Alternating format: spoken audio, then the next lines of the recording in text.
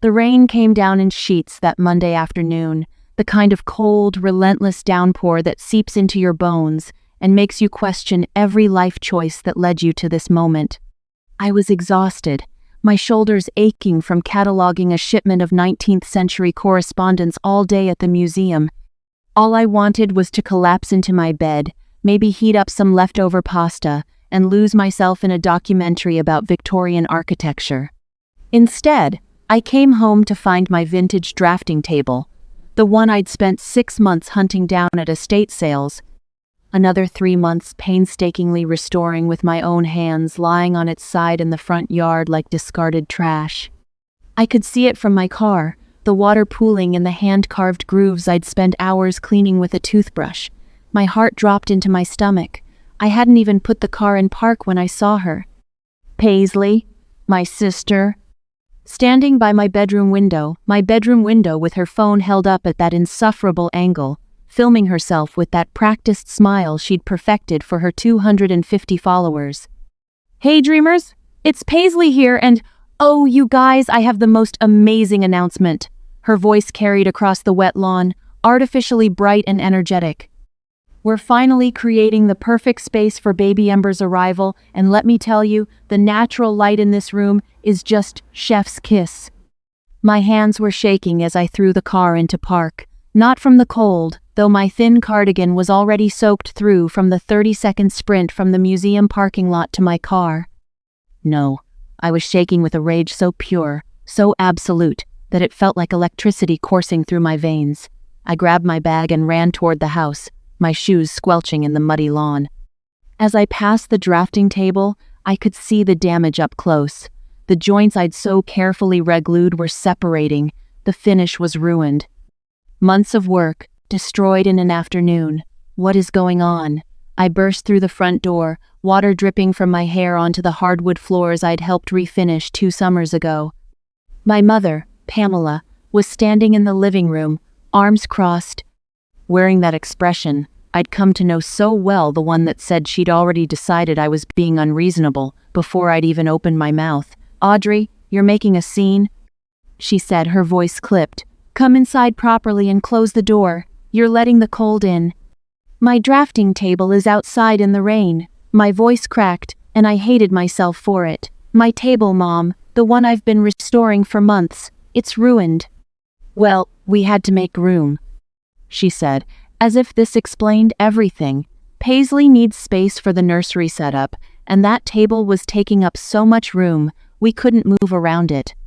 I stared at her, water still dripping from my clothes, forming a puddle on the floor. Make room? In my bedroom? That's my room, Mom. My private space. The space I pay for. Don't be dramatic, she waved her hand dismissively. It's just a room, and technically, your father and I own this house. The words hung in the air between us. Technically.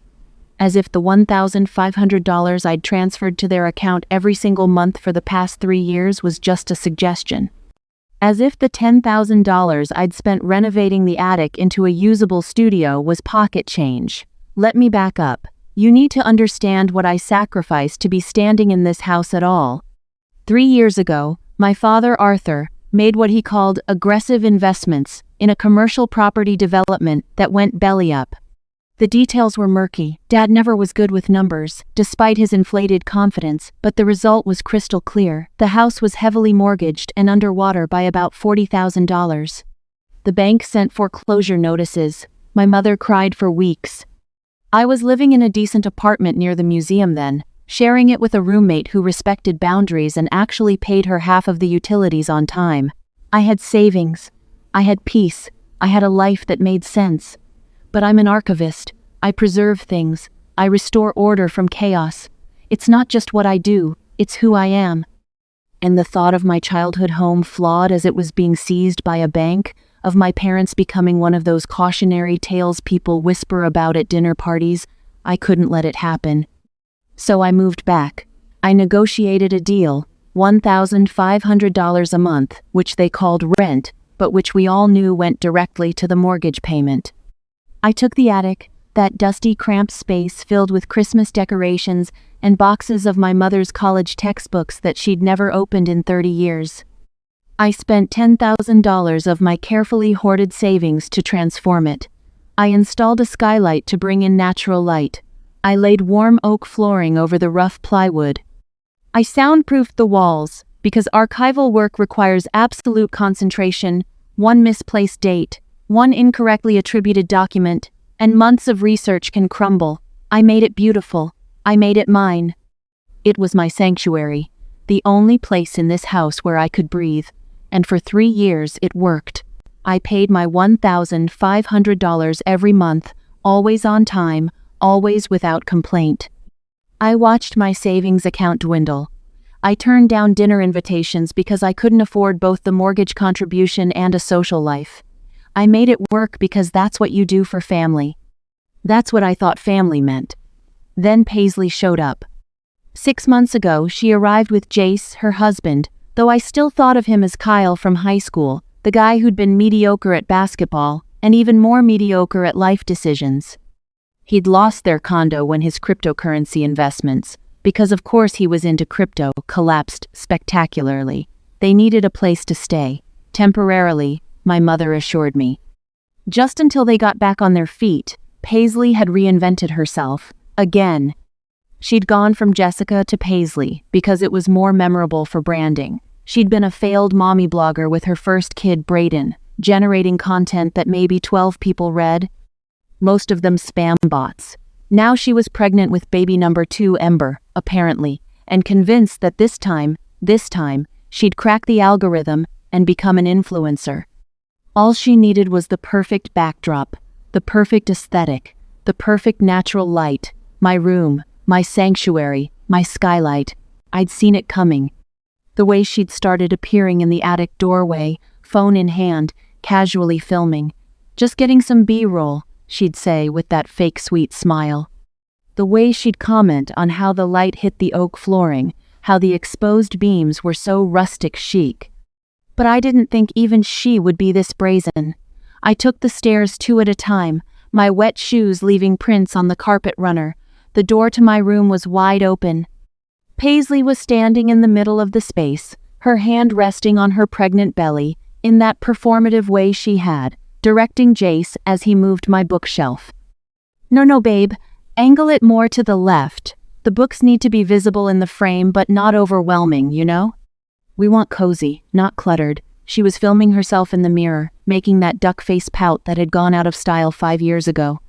My desk was shoved against the wall, papers scattered across the floor, my carefully organized filing system demolished. The skylight I'd installed, the one I'd specifically chosen to reduce glare for archival work, was now illuminated with one of those ring lights influencers use, casting harsh shadows across the room. "What are you doing?" My voice came out strangled. Paisley turned, her smile not faltering for a second. "Audrey, perfect timing. We're doing a room transformation reveal tomorrow. Isn't it exciting? The algorithm loves before and afters. Get out." "Oh, don't be like that." She lowered her phone, finally, but her expression remained infuriatingly serene. "Mom said it was fine. And honestly, Audrey, you're never even here during the day. You're always at that dusty museum. I need this space for content creation. It's basically a business investment." Jace had the decency to look uncomfortable, at least. He set down the bookshelf and shrugged apologetically. "Sorry, Audrey, but Paisley says the light here is the most aesthetic. Consider it an investment in your sister's startup. When the channel takes off, we'll get our own place, and you can have the room back." An investment in my sister's startup, with my space, my light, my sanctuary. I turned and walked back downstairs, Paisley's voice trailing after me. "Audrey, don't be childish. This is good for the whole family." My parents were waiting in the living room. Dad was sitting in his recliner, the TV playing some news program he wasn't watching. Mom stood with her arms still crossed, her jaw set in that stubborn way that meant she'd already made up her mind. "I want my room back," I said flatly. "Now." "Audrey, your sister is pregnant," Mom said, as if this was a trump card that nullified all logic. "She needs positive energy. She needs a beautiful space to create content so she can make money for her family. You're single, you don't have children. What's wrong with sleeping in the living room for a few months?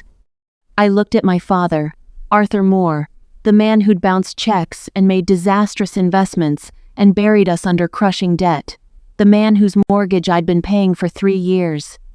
Surely he would say something. Surely he would defend me. He wouldn't meet my eyes. Family helps family, Audrey. He mumbled, still staring at the TV.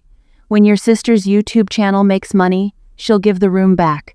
We all have to make sacrifices. Sacrifices. I'd sacrificed my savings, my apartment, my independence. I'd sacrificed my peace of mind, my social life, 3 years of my life, and they wanted more. They wanted me to sleep on the lumpy sofa, the one with the broken spring that dug into your back, while I continued to pay $1,500 a month, while Paisley filmed her delusions in my sanctuary, while Jace the crypto bro lounged around eating the groceries I bought, while my parents nodded along, enabling it all. In that moment, standing in the living room with water still dripping from my clothes, looking at my father's averted eyes and my mother's expectant expression, I understood the truth with perfect clarity. They didn't see me as a daughter. They saw me as an ATM with a heartbeat. Fine, I said, my voice colder than I'd ever heard it. I'm leaving. My mother actually laughed. Leaving? To go where, Audrey? A hotel? Don't be childish. You'll waste money out of spite and come crawling back in a week. I didn't answer. I walked past her, up the stairs one final time. I grabbed my laptop from under a pile of her maternity clothes. I took my important documents, birth certificate, passport, the deed to my car. I pulled a suitcase from the closet and threw in enough clothes for a week.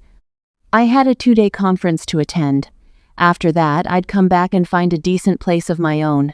Audrey, seriously, you're being so dramatic? Paisley called as I zipped the suitcase. It's just a room. Why do you always have to make everything about you? I looked at her. Really looked at her. At the sister who'd borrowed money and never paid it back. Who'd forgotten my birthday 3 years running. Who'd named her children Brayden and Ember and thought she was being creative. Enjoy the room, I said quietly. I hope it gets you all the views you deserve. I walked out. Down the stairs, past my mother's shocked face, past my father who still couldn't look at me, out the front door into the rain, which had finally started to let up.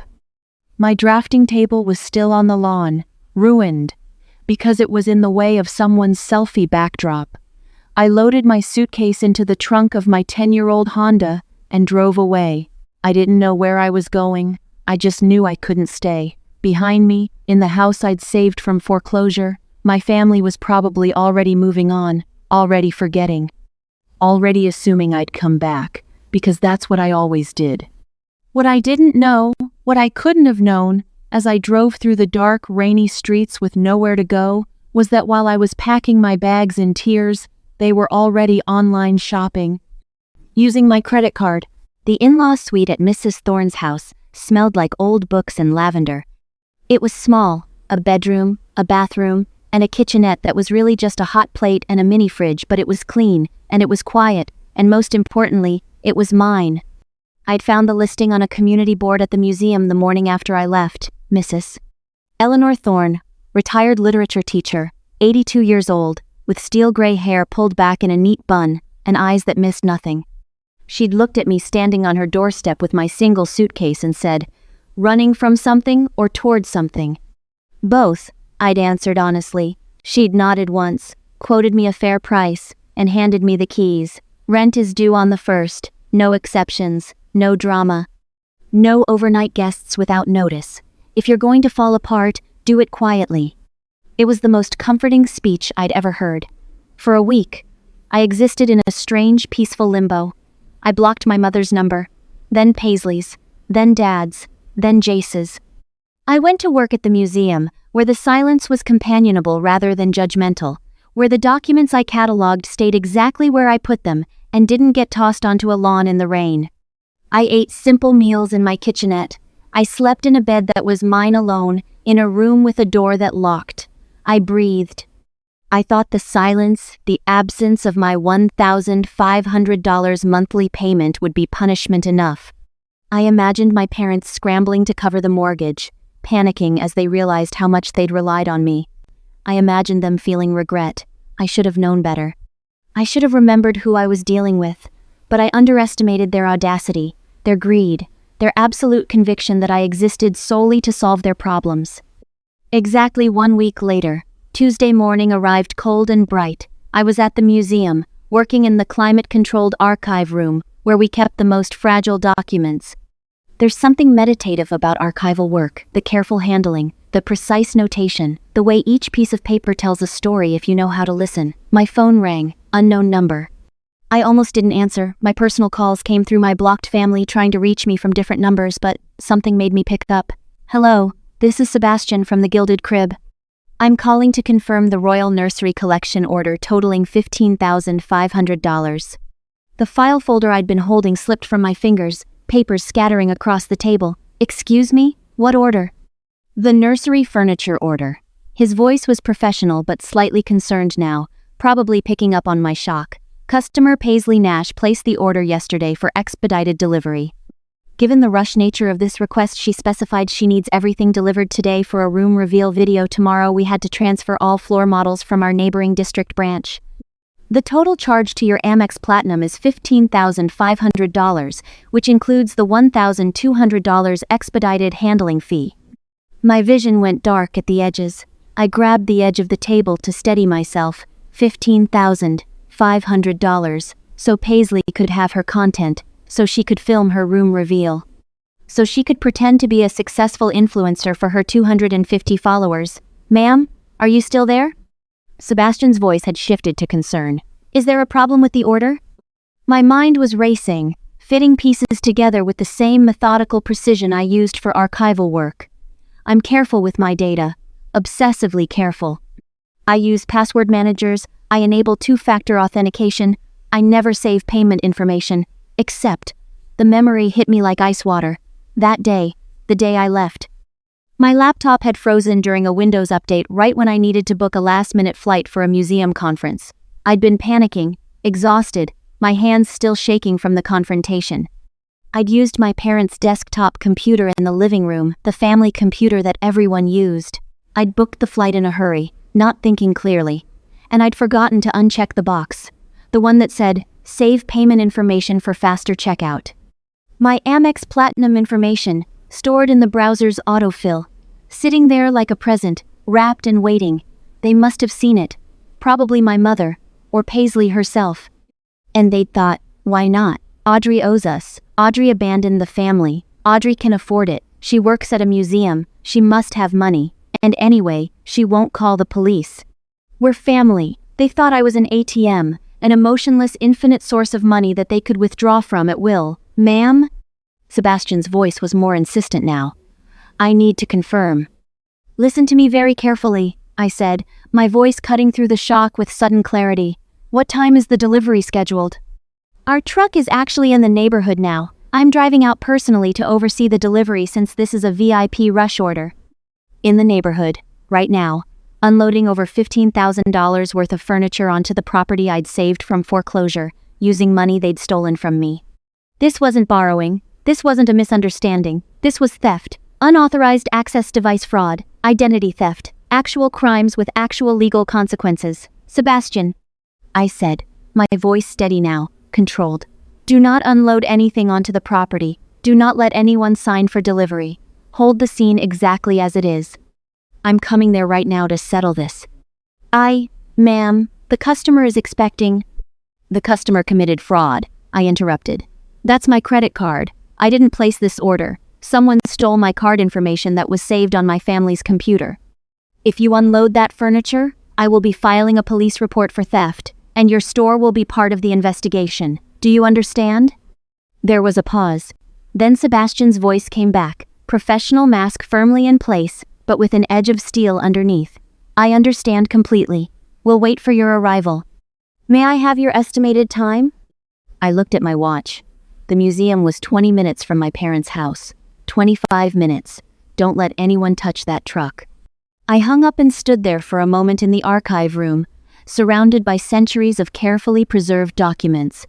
History preserved, chaos organized, truth documented. I'd spent my whole life preserving things, restoring order, taking care of everyone else. It was time to preserve myself. I grabbed my coat and my keys. My hands were steady now. My mind was clear. I'd thought leaving was the end of the story. I'd thought my silence and the missing mortgage payment would be enough. I was wrong. This wasn't the end. This was the beginning. And I was going to make sure they understood exactly what they'd done. The drive to my parents' house felt like diving headfirst into a nightmare I couldn't wake from. My hands gripped the steering wheel so tightly my knuckles went white, and every traffic light that turned red felt like the universe was giving them more time to complete their theft. I kept checking my phone at every stop, refreshing my bank app obsessively, watching that pending charge sit there like a tumor. $15,500. The number didn't get smaller. It didn't disappear. It just mocked me. When I finally turned onto the street I'd grown up on, the street where I'd learned to ride a bike and scraped my knees on the sidewalk, I saw it. The massive delivery truck from the gilded crib was already there, parked in front of the house like some kind of grotesque parade float. The engine was still rumbling, diesel fumes mixing with the scent of freshly cut grass from the neighbor's lawn. My stomach dropped. I slammed on the brakes and threw my car into park halfway down the block, not even caring that I was blocking Mrs. Henderson's mailbox. Through my windshield, I could see Paisley in the front yard, her pregnant belly protruding as she gestured wildly at the delivery staff. She was pointing at the truck, then at the house, her mouth moving rapidly. Even from this distance, I could see the entitled impatience radiating off her like heat waves. She was treating these workers like servants, like people who existed solely to fulfill her Instagram-worthy fantasy. I got out of the car and started walking. My legs felt like they were moving through water, but my resolve was crystalline. As I got closer, I could hear her voice, shrill and demanding. "Why are you all just standing there? Open it up." I need to see if there are any scratches. Floor models are extremely rare, you know. If there's even one nick, I'm posting a review that'll tank your ratings. One of the delivery guys, a middle-aged man with tired eyes, was trying to explain something to her, but she kept interrupting. That's when I noticed Sebastian standing near the truck's rear doors, his arms crossed, his expression professionally neutral but his body language screaming absolutely not. "Ma'am," Sebastian said, intercepting Paisley as she moved toward the truck. "We require the cardholder to sign the delivery manifest in person for high-value orders like this one." "What?" Paisley frowned. Then, spotting me walking toward her, she quickly pointed in my direction. Her face lit up with that fake saccharine smile she always used when she wanted something. "Audrey! Oh, thank heavens you're here." She clasped her hands together like she was greeting a long-lost friend instead of the sister she'd kicked out in the rain a week ago. "Tell them to unload everything. They're being so difficult, saying they need to verify something. Watch out for scratches, these pieces are investment quality." The audacity, the sheer, breathtaking audacity of it made bile rise in my throat. She stood there, belly swollen with a baby she couldn't afford, demanding furniture bought with my stolen money, acting like I was late to help her move in, like nothing had happened. Like the attic, the rain, my soaking wet drafting table, like none of it mattered. I didn't look at her. I walked straight past her as if she were invisible, heading directly to Sebastian. The delivery staff parted from me instinctively, sensing the shift in the air. Sebastian's eyes met mine, and I saw the slight nod of recognition. "I am Audrey Moore," I said, my voice clear and loud enough for the entire neighborhood to hear. "I am the cardholder on American Express account ending in 7,743. I did not authorize this transaction." The words hung in the air like a guillotine blade. Paisley's smile faltered. "What? Audrey, don't be dramatic." "I did not authorize this transaction," I repeated, turning to face her directly for the first time. "And I'm reporting it as fraud." The color drained from her face. "You're joking. This is a joke, right?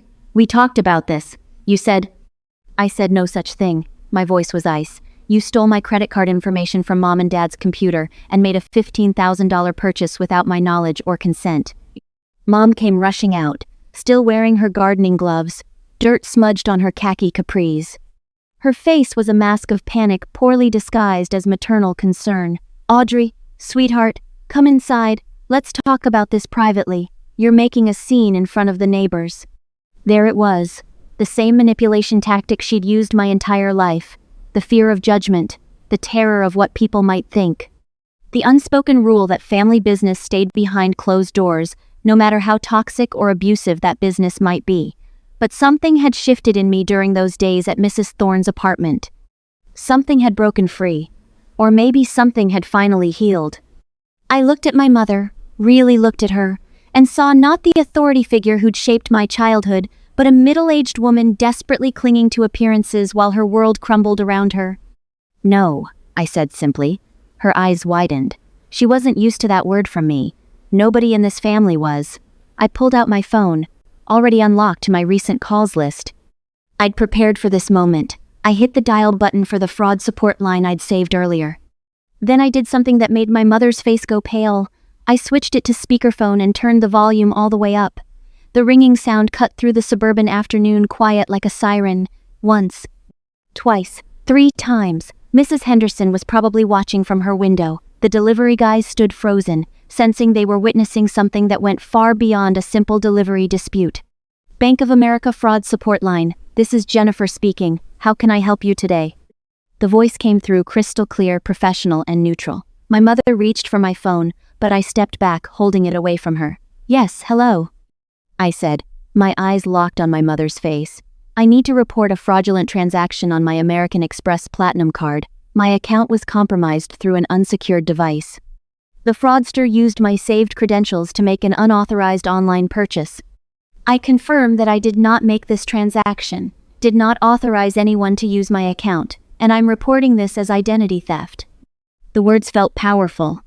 Each syllable was a nail in the coffin of their entitlement. "I see," Jennifer said, her tone shifting to brisk efficiency. "Can you confirm the card number and the transaction in question?" I rattled off the details while staring at my mother.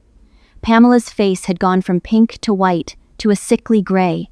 She turned toward the house, looking for backup, for the man who'd supposedly built this family. "Arthur!" she called out, her voice cracking. "Arthur, get out here!" The front door opened slowly. My father emerged, but he didn't come down the steps.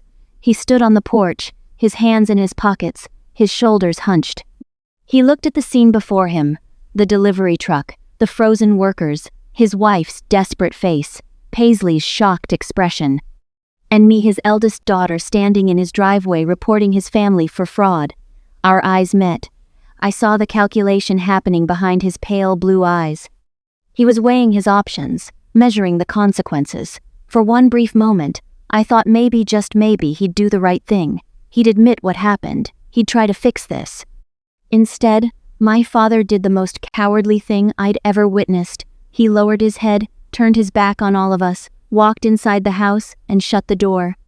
Not a slam that would have required passion, anger, some kind of emotion, just a quiet, definitive click of the lock. He'd abandoned his wife and daughter to face the consequences of their actions alone.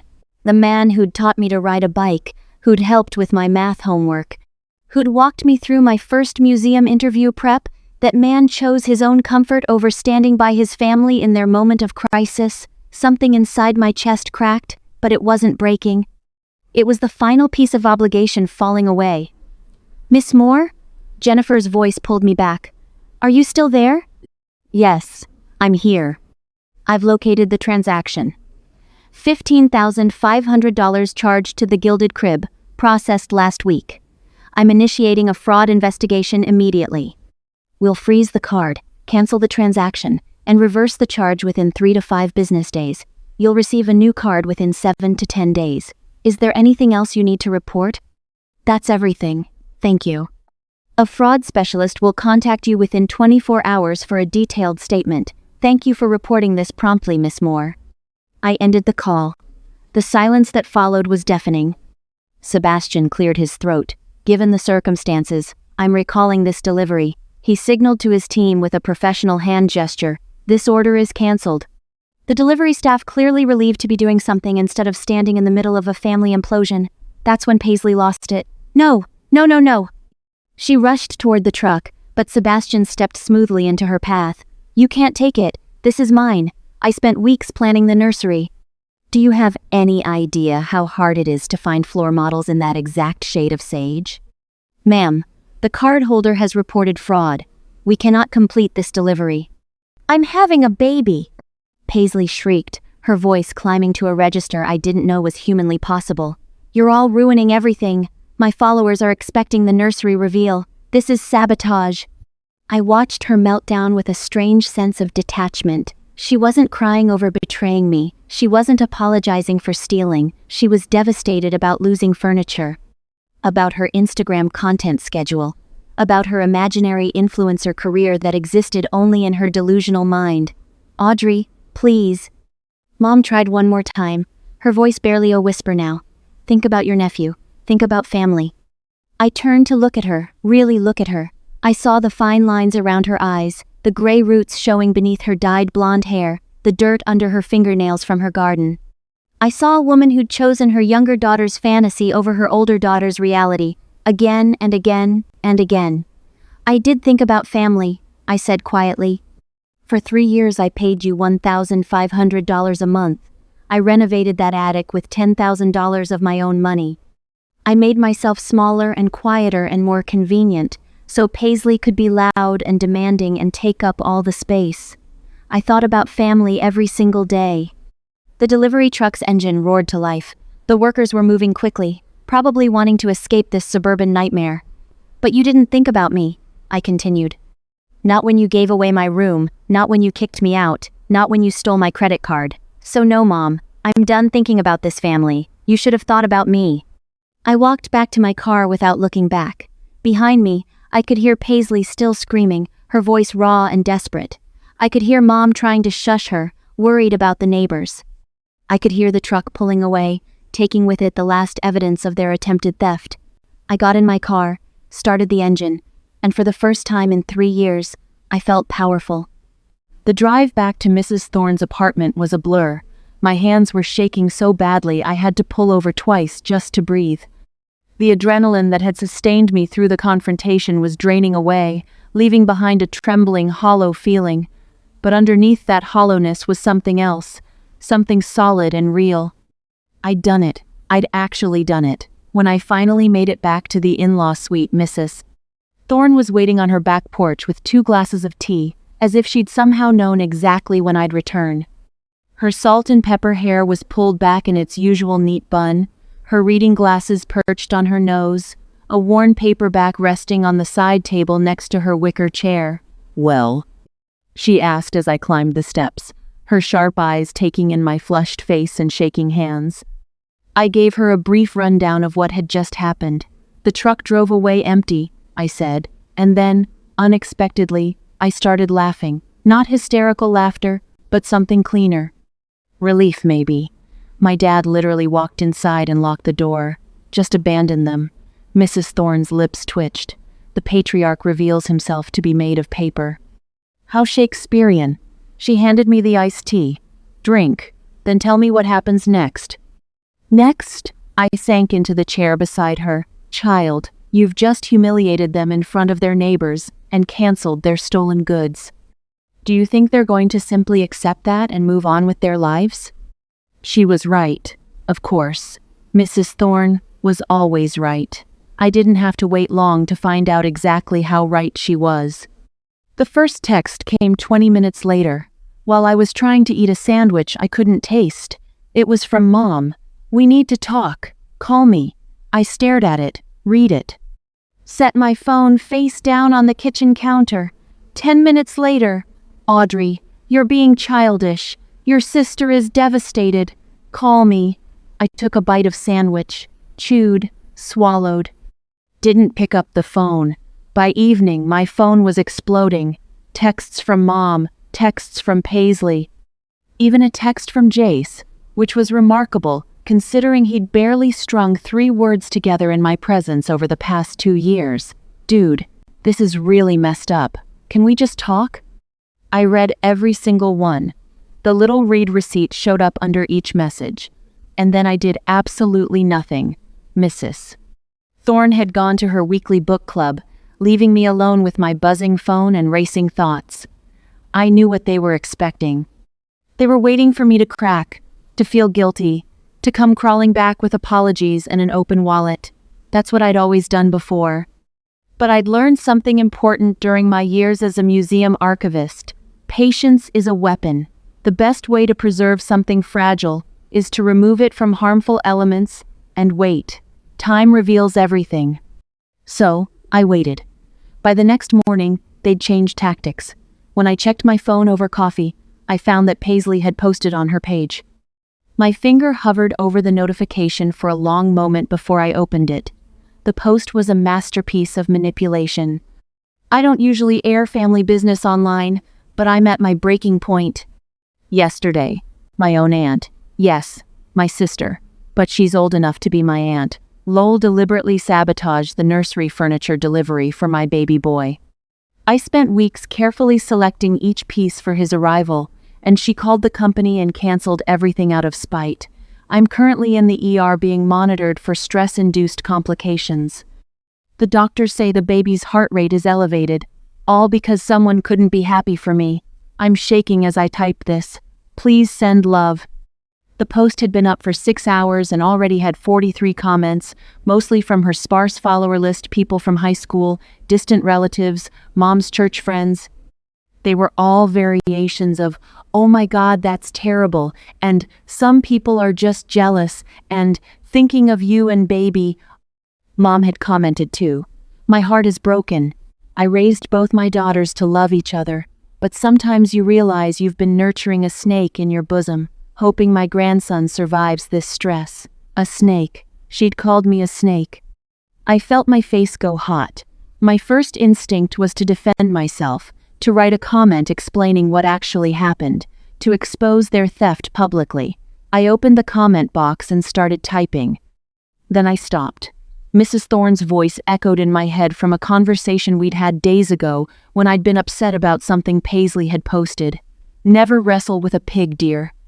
You both get dirty, but the pig likes it." I deleted the half-written comment, set down my phone. If I engaged, I'd look defensive. Defensive people look guilty. Instead, I'd let them scream into the void while I quietly built my case. The texts continued throughout the day. "Mom, 9:47 a.m. Paisley is really in the hospital. Her blood pressure is dangerously high. Is this what you wanted? Mom, 11:23 a.m. Your father won't even look at me. You've destroyed this family. Mom, 2:15 p.m. If you don't want to be disowned by everyone who matters, come home and apologize to your sister. We can renegotiate the furniture money. We're reasonable people." Ah, there it was. Renegotiate. They still thought this was a negotiation. They still believed that eventually, I'd cave, and they'd get some version of what they wanted. I read each message, and I typed nothing back. This silence was deliberate, calculated. It was a trap, and they were walking right into it. While Paisley posted increasingly dramatic updates, apparently she was now emotionally traumatized and seeking therapy. While Mom sent texts that alternated between guilt-tripping and bribery, I was busy doing something much more productive. I was working with the bank. The fraud specialist, a woman named Karen with a no-nonsense voice, called me on Thursday afternoon. I sat at Mrs. Thorne's kitchen table with my laptop open, a notebook filled with dates and details, and walked her through everything. "So you had your credit card information saved on their computer?" Karen asked. "Yes, I used it once, about 2 weeks ago, to book a flight for a business trip while I was still living there. I must have checked Remember Me without thinking. I didn't realize my credentials would stay saved after I moved out." "And you're certain you didn't authorize this purchase?" "Completely certain. I've moved out of their house. I had no knowledge of this purchase until I saw the pending charge on my account." When I confronted them, they admitted my sister had made the purchase using the saved information. Did they attempt to justify it? They claimed it was a family loan, but I never agreed to loan anyone anything. They took my information without permission and made a $15,000 purchase. That's not a loan, that's theft. Karen was quiet for a moment, and I could hear typing. "Miss Moore, I'm going to be frank with you. This case has moved beyond simple credit card fraud. Based on your statement and the evidence the IP address matches your parents' residence, The timing coincides with when you weren't present. And you've provided clear documentation of your move-out date. This is unauthorized access device fraud. That's a federal crime. My stomach flipped. Federal? Yes, we're required to report it. I need you to understand that once this investigation is complete, there may be legal consequences for the individuals involved. I thought about Paisley's Facebook post, her fake ER visit, Mom's comments calling me a snake. I thought about Dad walking inside and locking the door. I thought about my drafting table in the rain. I understand, I said. I want to proceed. All right, I'll need you to file a formal police report as well. Take this case number to your local police station and file a report for identity theft. Once we have that, we can finalize the investigation. After we hung up, I sat at the table for a long time, staring at my notes. The case number was written in blue ink at the top of the page, 2024F, R884021. It felt real now. Heavy, irreversible. Mrs. Thorne came home around 6, carrying a bag of groceries and a stack of library books. She took one look at my face and set everything down. Tea? She asked.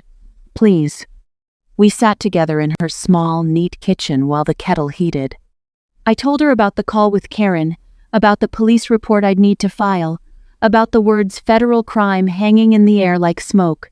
You're having second thoughts, Mrs. Thorne observed. It wasn't a question. Shouldn't I be? I wrapped my hands around the warm mug she'd placed in front of me. I mean, this could really hurt them. What if Paisley loses the baby from stress? What if Dad loses his job? What if... Stop.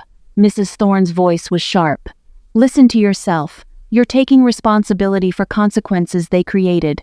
They stole from you. They publicly slandered you.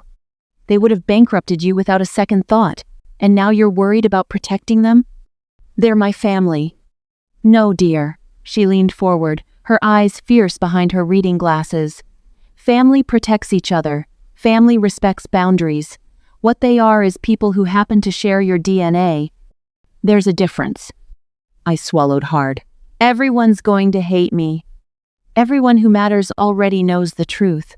And those who believe they're nonsense? She waved a dismissive hand. They're not your people anyway. The loudest person in the room is usually the emptiest. Your sister is screaming on social media because she knows deep down, she knows that she's wrong. Your mother is crying family because it's the only card she has left to play. But you're playing chess while they're playing checkers. What do you mean?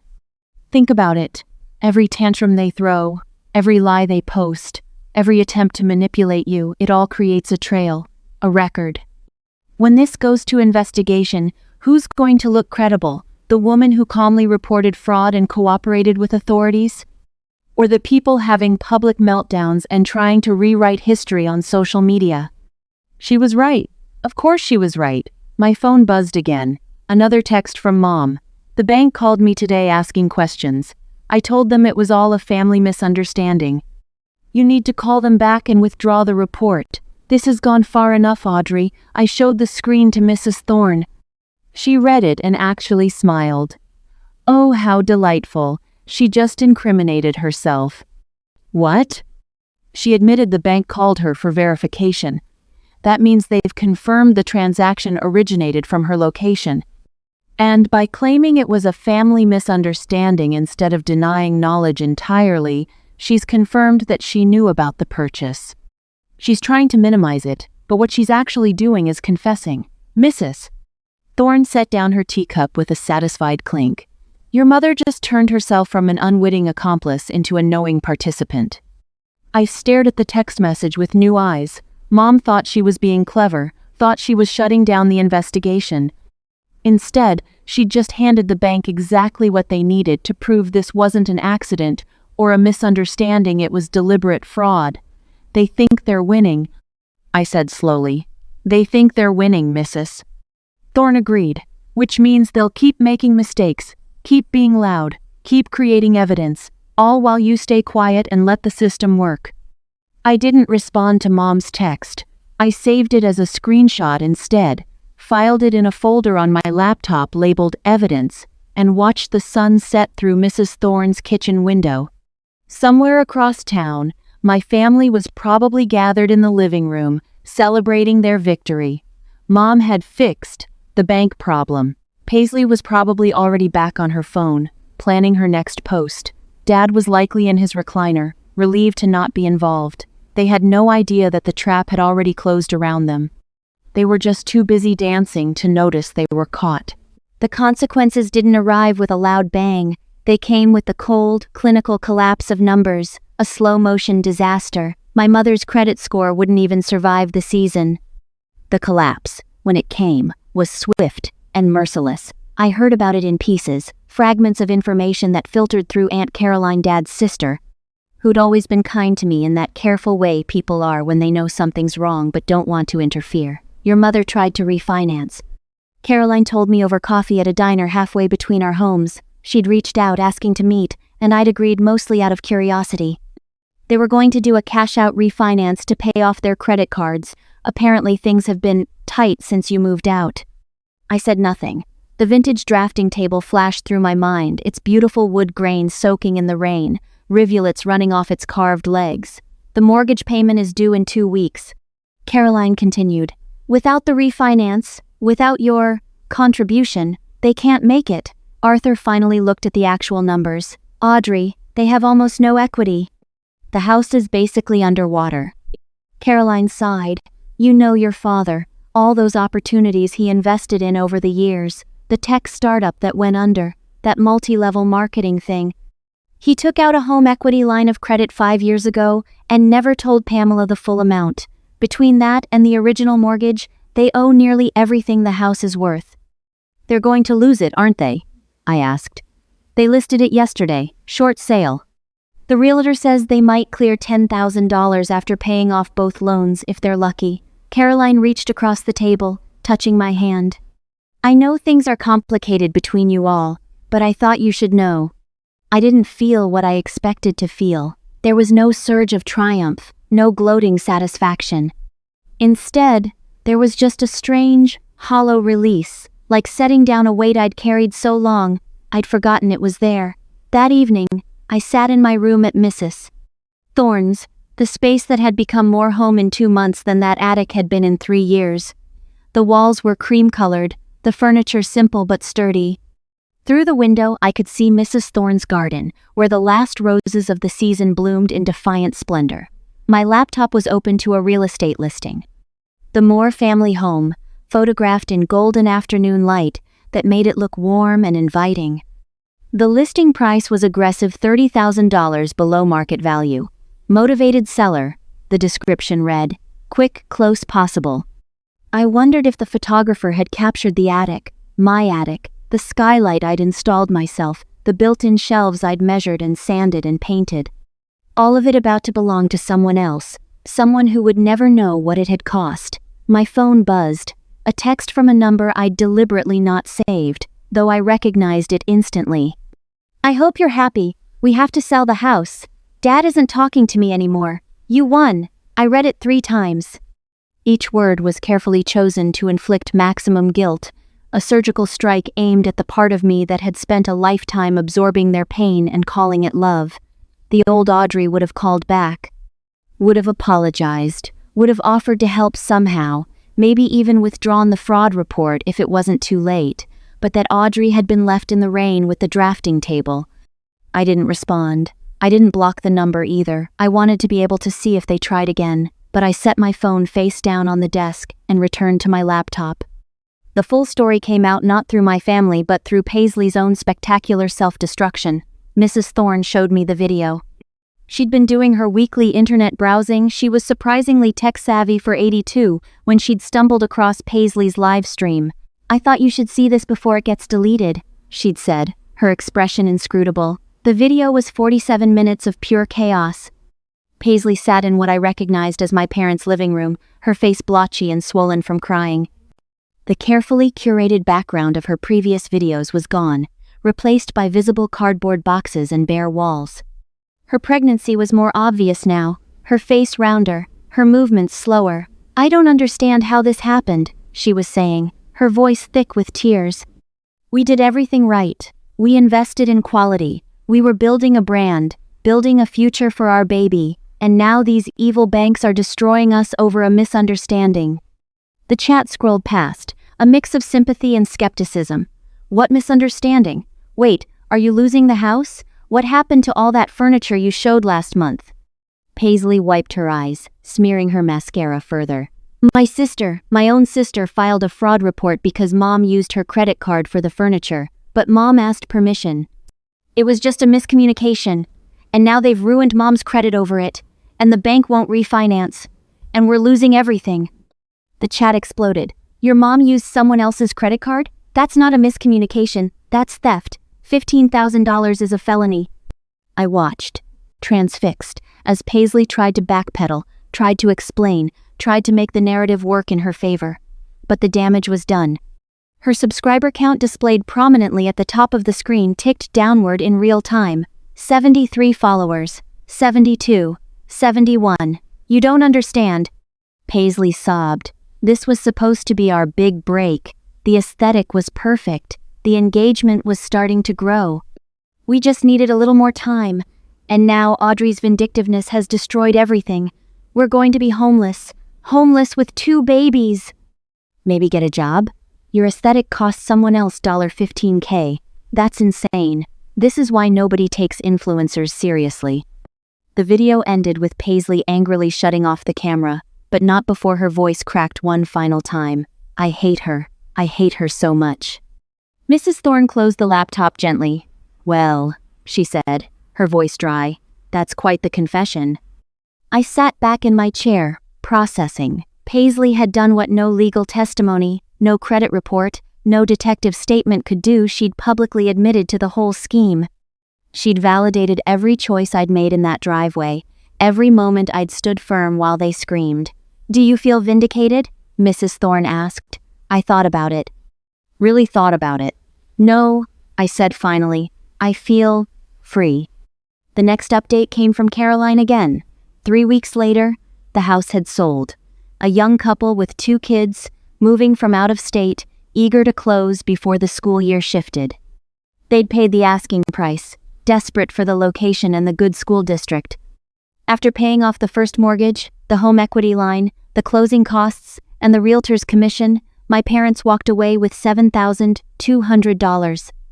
$7,200 for a house they'd lived in for 18 years, less than I'd paid them in rent, over 6 months. They'd moved into a 2-bedroom apartment in a subsidized housing complex 40 minutes away. Paisley and Jace had found a place too, a shabby rental in the suburbs, nowhere near the trendy neighborhood Paisley had always fantasized about. Paisley got a job at the supermart. Caroline told me, her tone carefully neutral. Cashier position. Jace is doing some kind of gig delivery work. The mommy blogger dream was dead. The influencer mansion was gone. The carefully curated life had crumbled like tissue paper in rain. I should have felt something. Satisfaction, maybe. Or guilt. Instead, I just felt tired. One evening, sitting in my quiet room, I pulled out the folder I'd kept from the fraud investigation. Bank statements, police reports, the copy of my original fraud claim, with its cold, clinical language describing identity theft and unauthorized transactions. I read through it all one more time, then filed it away in my desk drawer. My mother had texted one final time 2 days earlier. "Your father and I are no longer speaking. I hope you realize what you've done to this family." I'd stared at that message for a long time, feeling the familiar pull of guilt try to sink its hooks into me. Then I'd remembered something Mrs. Thorne had said when I first moved in. People who blame you for the consequences of their own choices will never stop blaming you. The question is whether you'll keep accepting that blame. I deleted the message without responding. Outside my window, the autumn evening was settling in, painting the sky in shades of amber and rose. Somewhere across town, my parents were learning to live with the consequences of treating their daughter like an ATM with emotions. And I was here, in a room that cost me $800 a month, nearly half what I'd been paying them, with a landlady who expected nothing but rent and respect. I hadn't won anything. I'd just stopped losing. That, I was learning, was enough.